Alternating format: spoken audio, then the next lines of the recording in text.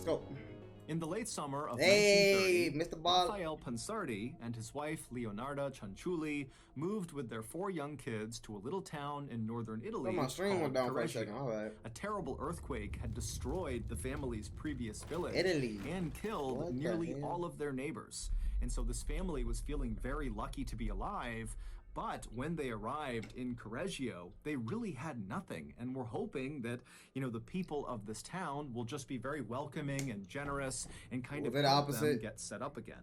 And the people of this town did exactly that. Correggio was this beautiful place inside of a fertile valley where people lived in these cottages surrounded by rice fields and mulberry trees. And the people who lived there were very tight-knit and looked after each other and cooked for each other and had parties together. I mean, this was a real community. And so when Raphael and Leonarda arrived, the townspeople immediately found them this cute little cottage by a stream with a whitewashed front door and a beautiful stone hearth for cooking, and there was an attached storefront on this cottage that they were giving them. And then on top of that, once the family had moved in, the family's new neighbors helped get Raphael a job, and they also helped Leonarda set up the attached storefront that was part of their cottage so she could sell her homemade soap bars out of this shop. And so very quickly, the family just completely fell in love with Correggio, especially 36-year-old Leonarda. Losing her home and her previous neighbors in that terrible earthquake had been a tragedy on epic scale, but it was far from the first tragedy that Leonarda had been forced to live through. Leonarda had been born into poverty. Her mother had actually come from a very wealthy family, but they had cut Leonarda's mom off when she became pregnant with Leonarda. And so when Leonarda's mom gave birth to her, she blamed Leonarda for their poverty and all of their problems, and so beat her relentlessly. And then on top of that, Leonarda's father died when she was very young, and so she was stuck at home being abused constantly by her mother. When Leonarda was 21, she met Raphael and fell in love with him, and he was a very kind and gentle man. He really made a very strong first impression on anyone who met him. But when Leonarda went to her mother and introduced Raphael to her and said, "I'm going to marry this man, I love him," her mother flew into a rage. Come on. I want to put my... This is way off topic. I'm probably going to cut this out the video or whatever the fuck. When I upload it, cut this shit out. Oh my damn monitors to the side a little bit. I want to see some shit. Like this shit not in the middle when I look. Like it's just not in the middle. It's just not there. It should be. When I look, I'm looking at a screen because I feel like I'm always looking sideways or some shit. And then literally cursed Leonarda. She actually out loud muttered the spell and then told Leonarda that because of the spell, Leonarda would have evil following her forever. Now, of course, Leonarda was very used to her mother's terrible behavior, and so she did not actually think she was at risk. Wait, so your mama said her own spelling? What? Curse or spell?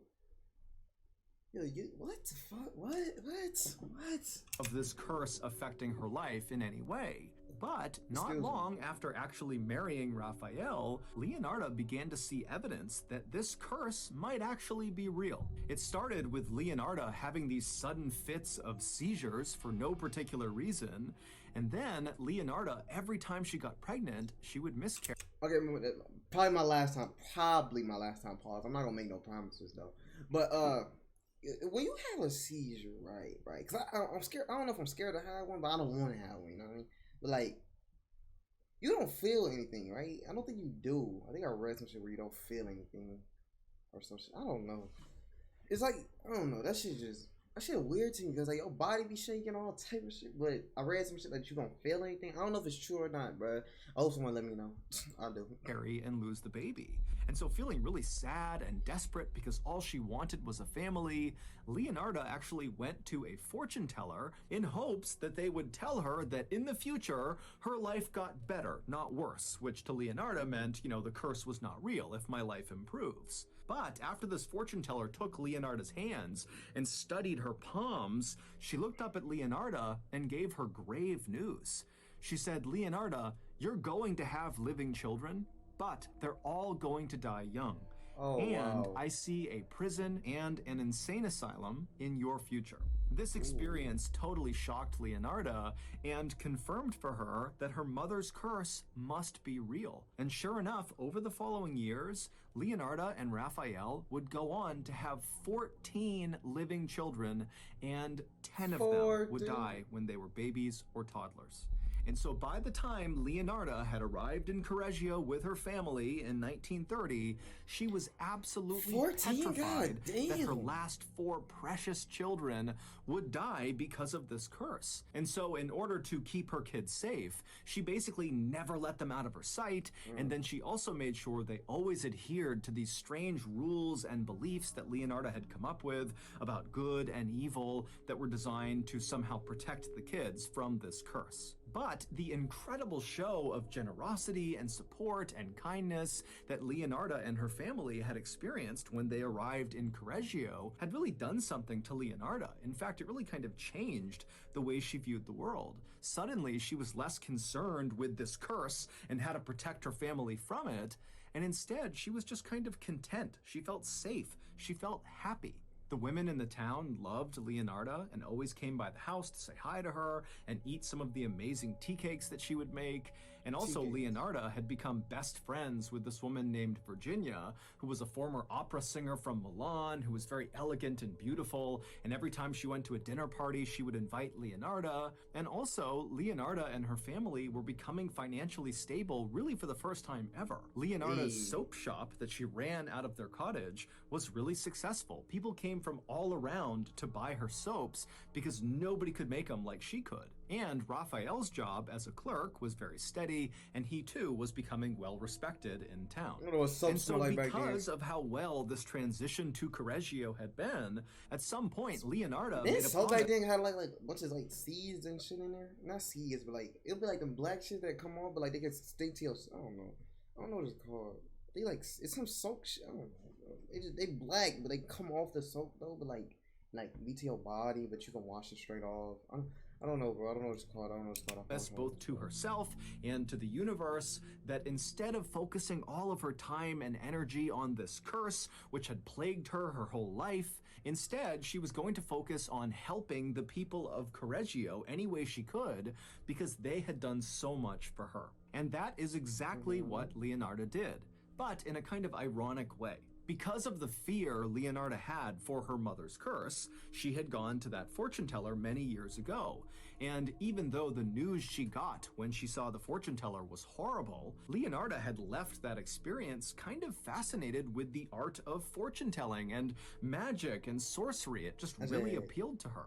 And so now that Leonarda was running this very successful soap shop out of her house, there were all these people coming from far and wide that would ask to barter for her soaps. Bartering is like trading one item for another item versus paying for something outright with money. And so Leonarda began bartering with these travelers whenever they had books about fortune telling, about magic, about sorcery, about how to make potions, about the occult. Even grab and after reading through that all looks of like these that, books bro. and learning as much as she could, Leonarda, in addition to selling her soaps, began offering fortune-telling services to the people of Correggio.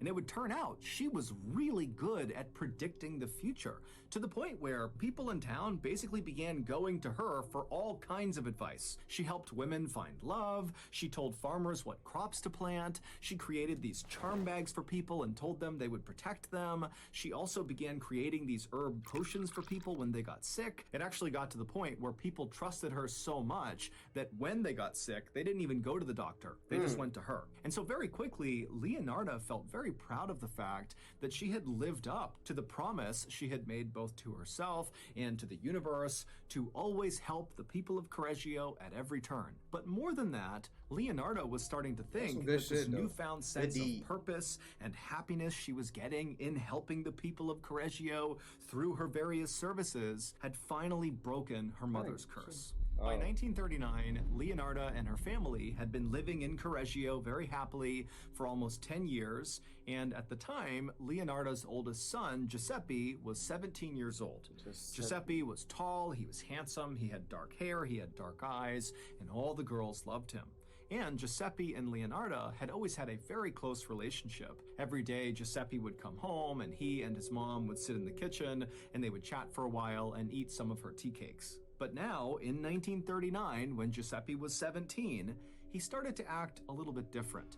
He would come home and instead of going into the kitchen to sit with Leonarda, he would just go straight to his room and shut the door. And when Leonarda or Raphael would ask him, hey, is everything okay? Giuseppe would get very defensive and say he was fine and to please just leave me alone. But to Leonarda, it seemed really obvious that her son was not fine, and she thought, maybe he has some sort of secret he's keeping, and that's what's making him act this way. He's hurting on the inside, but he can't share it with the world. But Leonarda had no idea what this secret might be. And then one day, late that same year, Leonarda was walking through town when one of her neighbors came up to her and said, hey, are you aware that your son, Giuseppe, has signed up for the military and he's leaving for training in just a few months? Leonarda had not heard about this. People were talking a lot about World War II, which had just started around this time, but Leonarda had never considered that her precious son would go off to fight in that war. But now, Leonarda realized that Giuseppe's recent strange behavior suddenly made sense. This was the secret he was keeping. He had joined the military, and he hadn't told his family. Leonarda turned around and went straight home. She went right into her bedroom, shut the door, and she just sobbed. To her, it felt like her mother's curse was back, and now her precious son was going to go off into the war and he was going to die, unless she found a way to combat this evil that was now following her again.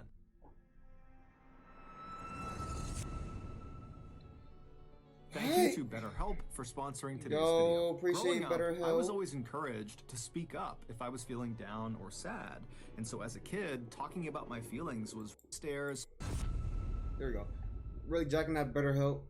For the next several days, Leonarda did not open up her soap shop. She didn't come downstairs. She just stayed locked in her bedroom and read through all of her books about magic and sorcery and the occult, looking for some sort of solution for how to fight this curse.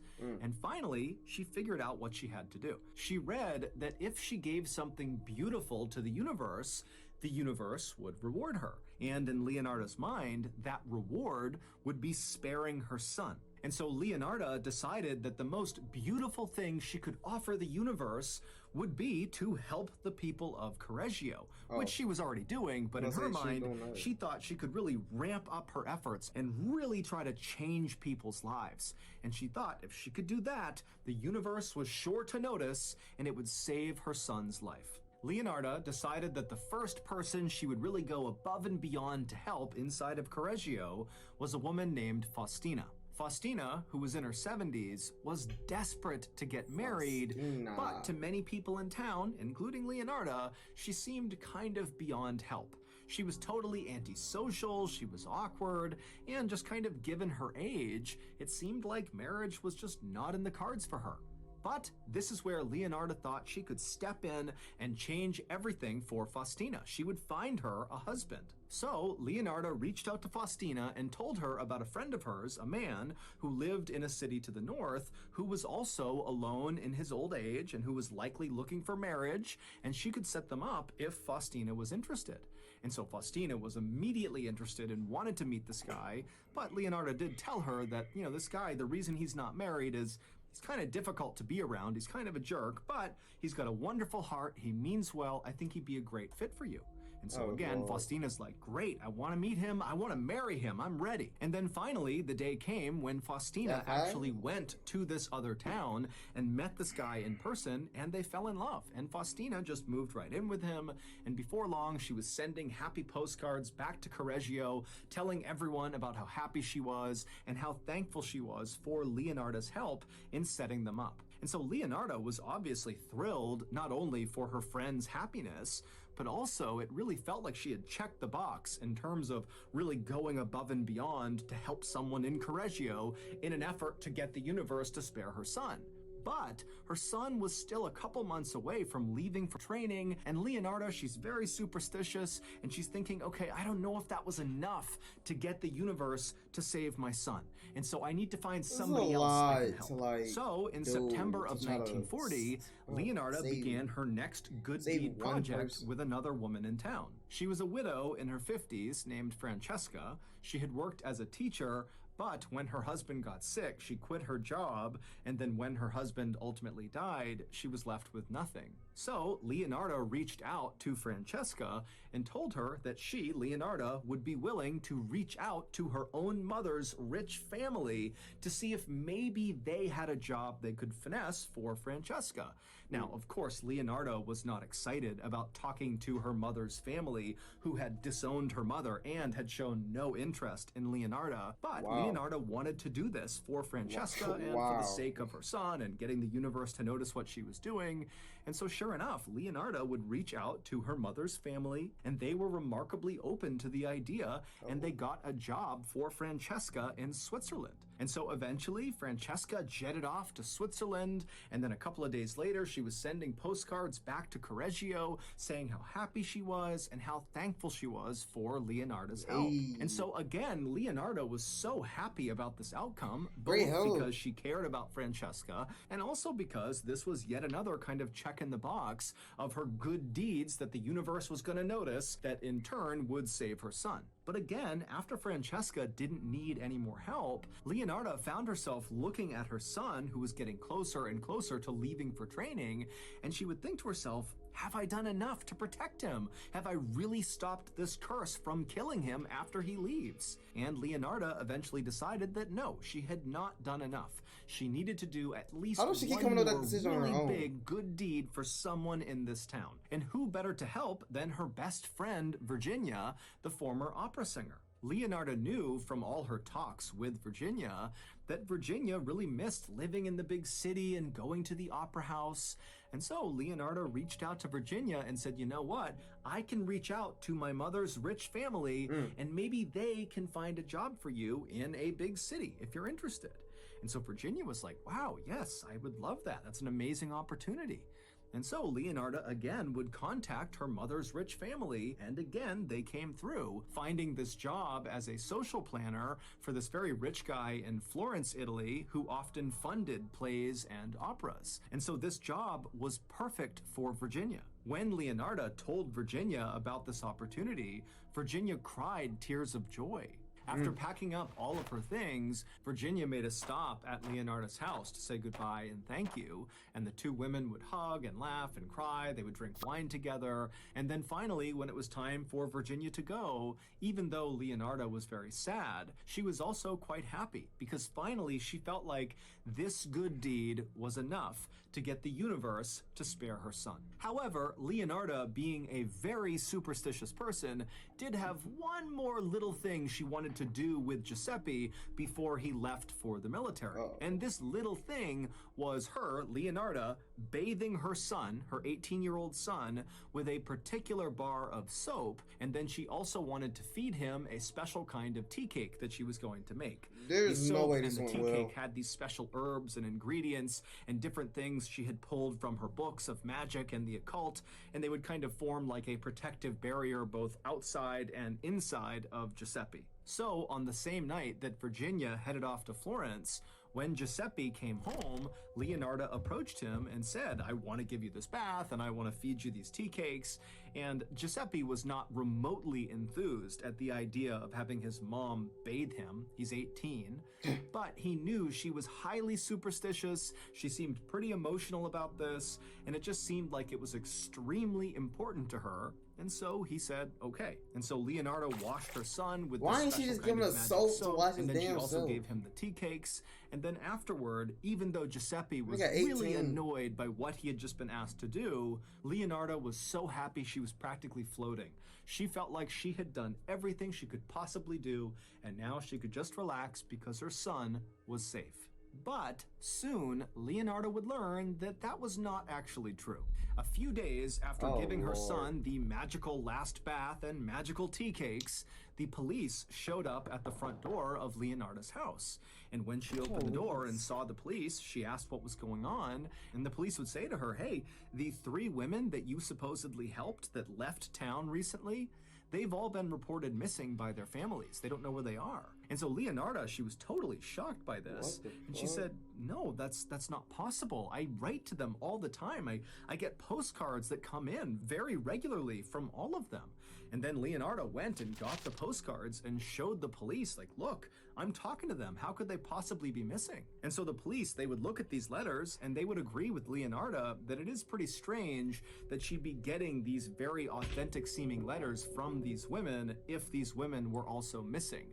And so eventually the police would leave and they would tell Leonardo that they would be in touch if they needed anything. And then over the next couple of days, Leonardo was very concerned about these 3 women, but she received numerous postcards from these women over those several days, and all of these postcards were totally normal seeming, and so Leonardo was fairly confident that whatever was going on with the police had to have been a mix-up, and she wouldn't be hearing from them again. But a couple of weeks later, the police did come back to Leonardo's house, except this time they didn't knock, they just barged right in. Damn. After the police had spoken with Leonardo that first time, they did some digging on these letters that she was receiving, and they managed to trace them all back to their start point. And it turned out all of these letters from all 3 of these women were originating from one place. It was this little town to the north of Correggio. And when police went to this little town, they discovered that these letters that were starting in this little town were all being mailed by the same person. And they got a physical description of this person who apparently was pretending to be these 3 women. And the description was of a tall, handsome young man with dark hair and dark eyes. It was Giuseppe. After the police barged into Leonardo's house, they went straight to Giuseppe's room. Nigga, why are you, what? Huh? What the fuck? Bro, the biggest fucking plot, it's not even the biggest, I've seen this shit coming, I seen this shit, that's why I said it before. Bro, why, what? Was of a tall, handsome young man with dark hair and dark eyes. It was Giuseppe. After the police barged into Leonardo's house, they went straight to Giuseppe's room where they accused him of murdering those 3 women, and then they hauled him out of the house and brought him to the station to question him about where he dumped the bodies. When the last police officer left Leonardo's house, Leonardo walked outside and just stood there wondering what she was going to do. It was like she had done everything in her power to protect her son from this curse, but somehow this curse she knew had done this to her son. And so now she knew there was only one thing she could do. Without saying anything to her husband, she went inside, she got her things, and she began making her way to the police station.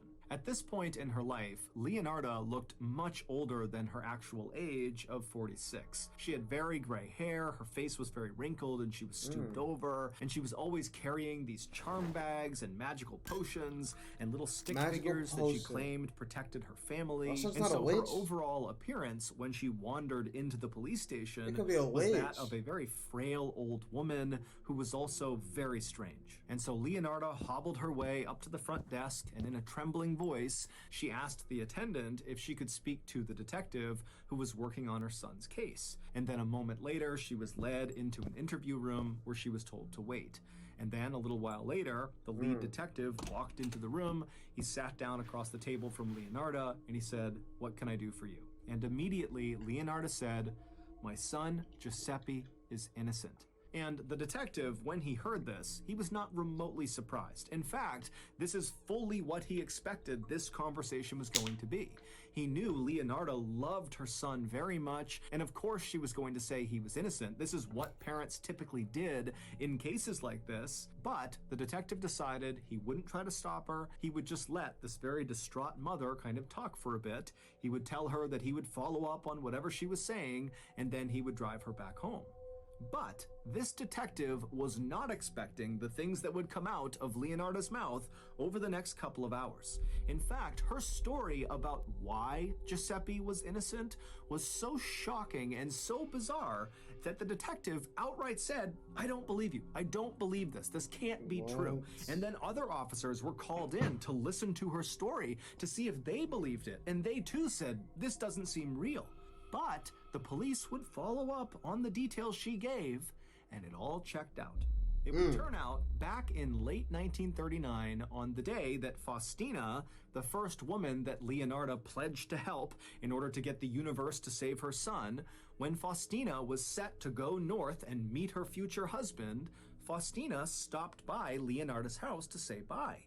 And when she was in Leonarda's house, something very unexpected happened. When Faustina walked into Leonarda's kitchen where Leonarda was, Faustina was so excited about meeting her potential future husband that her hands were shaking and she was smiling ear to ear.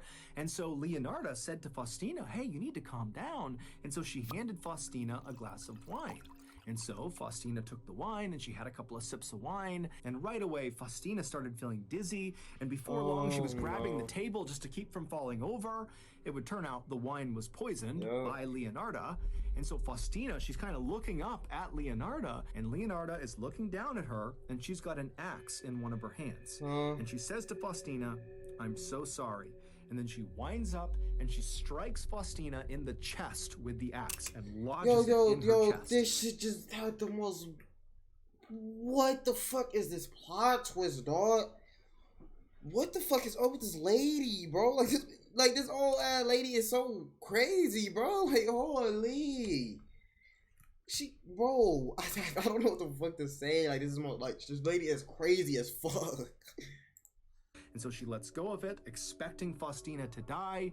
She doesn't. Faustina's just standing there with an axe in her chest. And so Leonarda grabbed the handle of the axe, she pulled it out of her chest, and then began wailing on her head over and over and over again until Faustina did fall to the ground dead.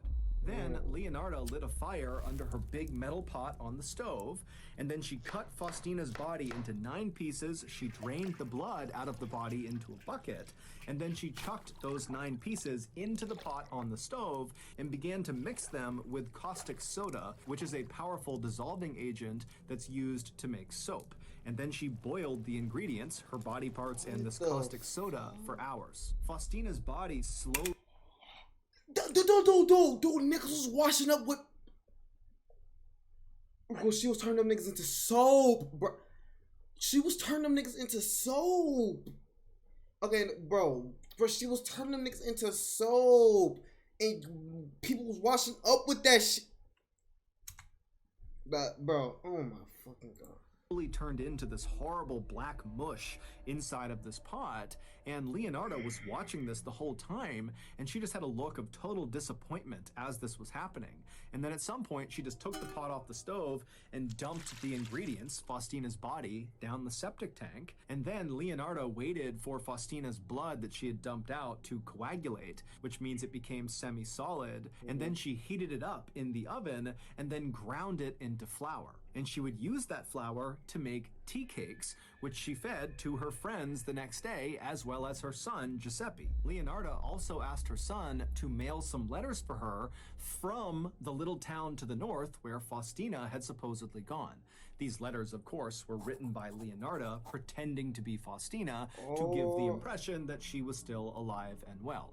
And Giuseppe, when he was told to go mail these letters, didn't think anything of it. He was used to doing errands for his mom.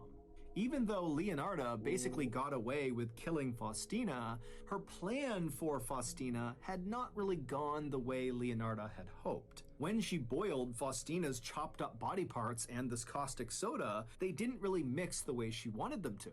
Leonarda was convinced that the reason for this is because Faustina was too skinny, and so there wasn't enough fat on her body for the mix to be perfect. So Leonarda had come up with another elaborate story, this time for another woman, Francesca, about that job in Switzerland she got through her mother's rich family. Of course, none of that was true, and when Francesca came by Leonardo's house to say goodbye to her, she was offered a glass of poisoned wine, and after she sipped from it, she became dizzy, and then Leonardo showed up with an axe and hacked Francesca to death. But again, when the body parts and the caustic soda were in the pot on the stove boiling together, they were still not coming together the way Leonardo wanted. And so again, Leonardo, with a look of disgust, Okay, but what the fuck is in that pan? Wait, what the fuck? And wound up Pot? What making is tea in that cakes pot, from bro? Francesca's Made it blood. look like Then that. the next day, she fed those tea cakes to her friends, as well as Giuseppe, and she also asked Giuseppe to send a few more letters from up north. These letters were, of course, from Francesca. Still feeling totally unsatisfied with how the last two killings had gone, Leonardo moved on to her third target, her best friend, Virginia. And this time, when Virginia came by Leonardo's house to say goodbye, everything went to plan. Leonardo was able to poison Virginia, she killed her with the axe, she chopped her up, she put her in the pot, and this time, the 9 chunks of her body mixed beautifully with the caustic soda. And so after adding a few fine perfumes into the pot, Leonardo was finally able to create the thing that she had not been able to create with the other 2 women's bodies. And that was a beautiful, rich, creamy bar of soap. She also, again, made tea cakes from Virginia's blood. She washed her fucking son wet. Oh my. Dude, there are some sick people in this fucking world. Holy fuck. Yo, what the She basically just turned motherfuckers into soap, bro. Oh my god.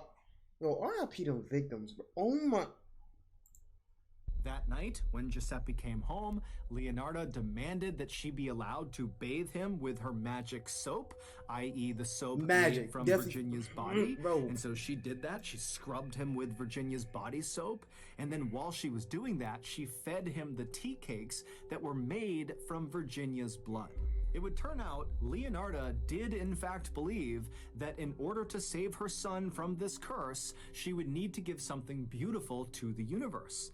And at first, she really had believed that the way to do that was by helping the people of Correggio above and beyond anything she had ever done before. But at some point during her interactions with Faustina, the first woman, Leonardo had decided that, you know what, that wasn't enough. She really needed to make sure that her son was going to be safe.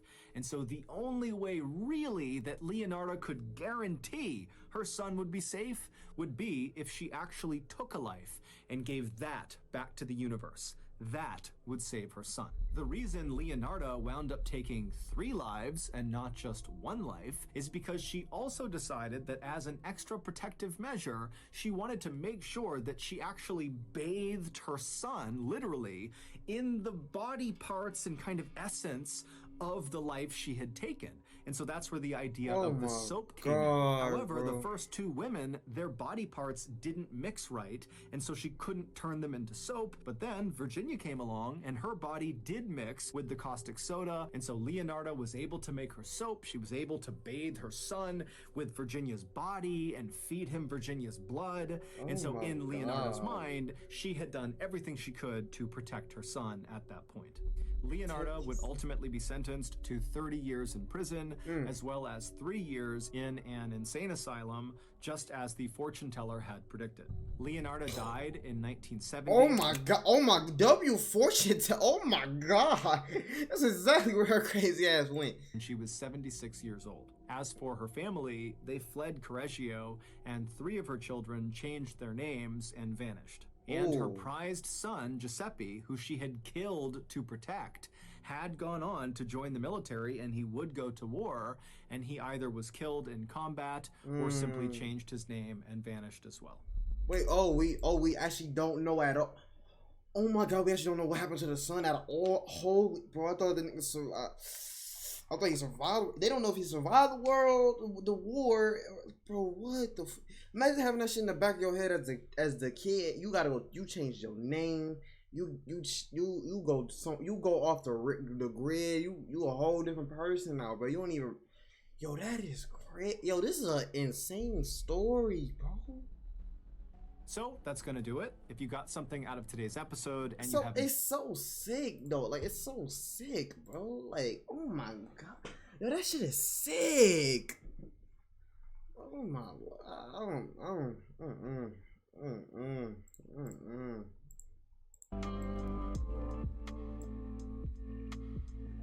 I wouldn't even, I couldn't, some people sick around. That's some sick people shit, bro. Alright, I don't know what time it is, bro. We gotta get to the skate. They playing Get Over It today, too. I gotta try again, but I feel like I gave up too easily. I'll try again. Okay, between one of these two games to start off the Horror Nights. Or, no, fuck the Horror Nights. Hold on.